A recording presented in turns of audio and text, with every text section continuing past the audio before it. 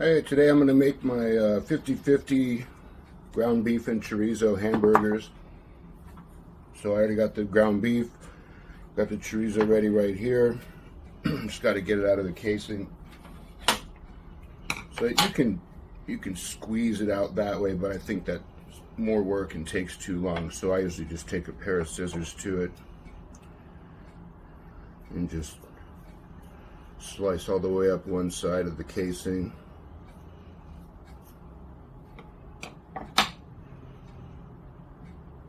And just peel it off like that.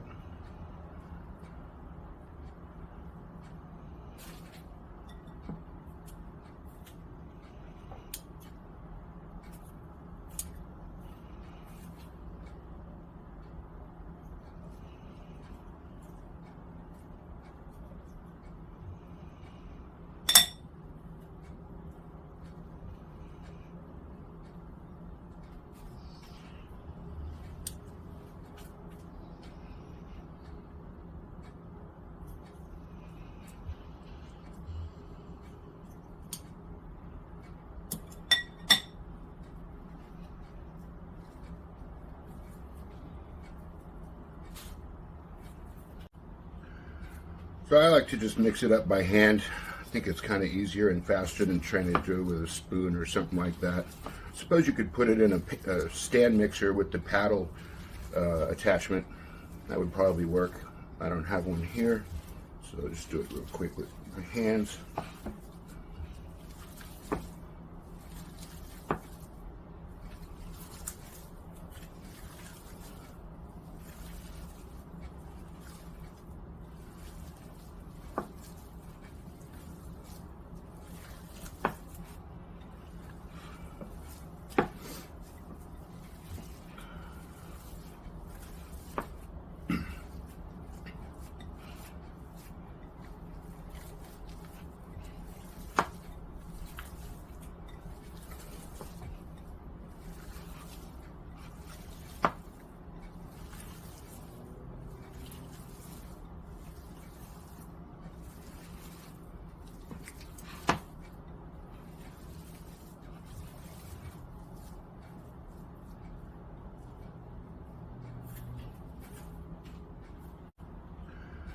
So I like to just mix it up by hand.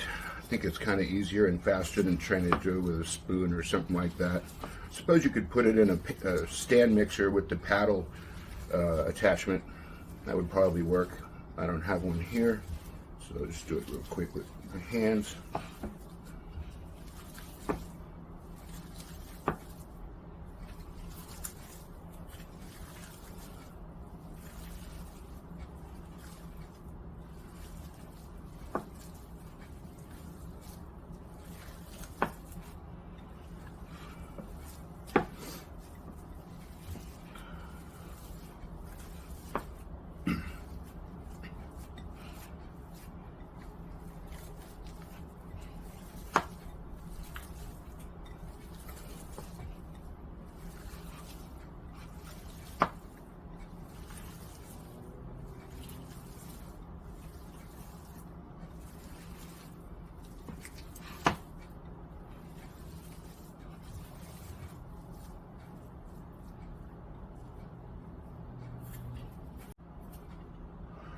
Alright, I got all that mixed together pretty well, pretty evenly.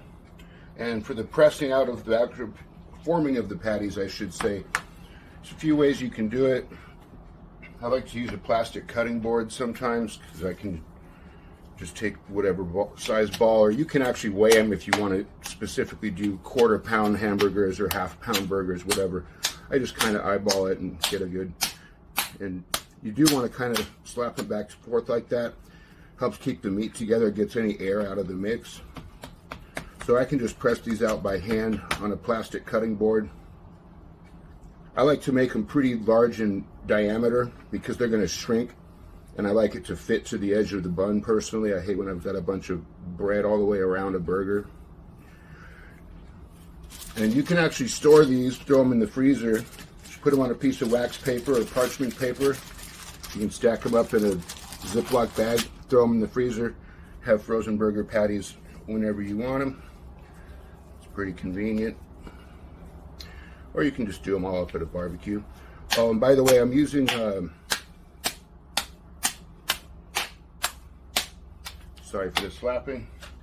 I used about 1.25 pounds of both the chorizo and the ground beef.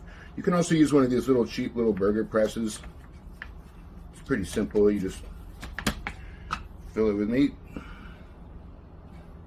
give it a press. Trickiest part is getting them out. As you can see, that's why I usually don't use this thing. But it does give you nice fancy lines. It makes it look like it's a pressed burger. So there's a couple of ways to form your burger patties. I'm going to be freezing some of these. And then the third way, which I'll often do, it's a bit large.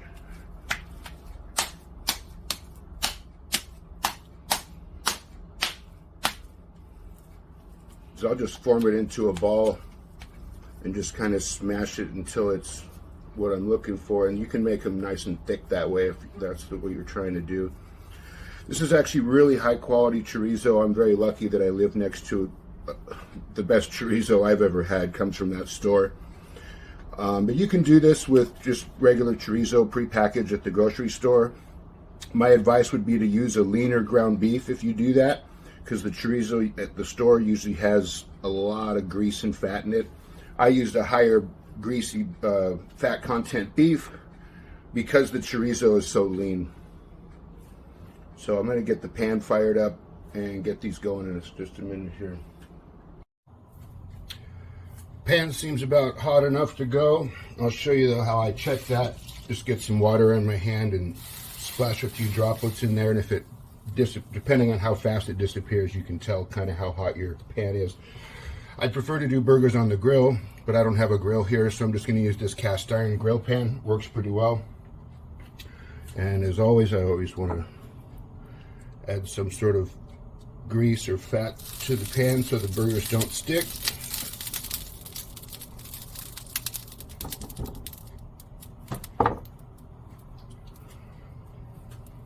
And we'll just throw that guy on and let it cook. For me, I'm always shooting for more of a medium rare, so this will probably be 2 or 3 minutes per side.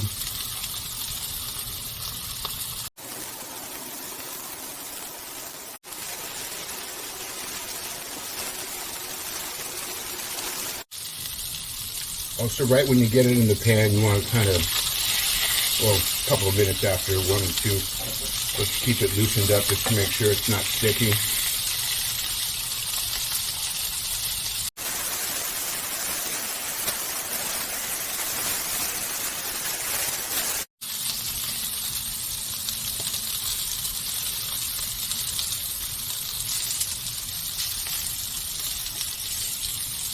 It's been about 3 minutes or so.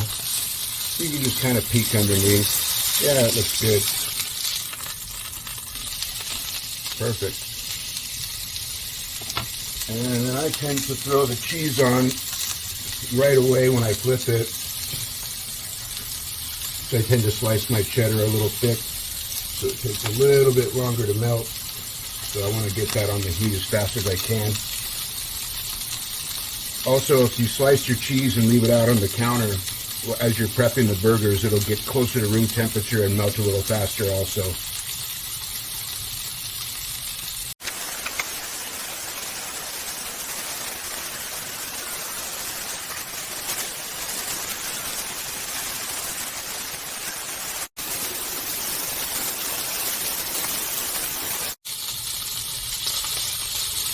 So the cheese looks pretty well melted. I'm sure the burger is plenty done. I'm going to pull that off and set it on a plate while I get the bun and stuff ready to go here. All right, ready for assembly here. I like to toast my hamburger buns personally. You can not toast them if you like. Mixed up some sriracha mayo. Goes with the spicy chorizo. These burgers are a little bit spicy if you use the chorizo that I use. And I already posted an earlier video about how to just make your own spicy mayo. Super easy. It's 2 ingredients. Takes 3 minutes, if that. And just throw on that nice fat patty. And there you go. Delicious. Thanks for watching. Please like and subscribe.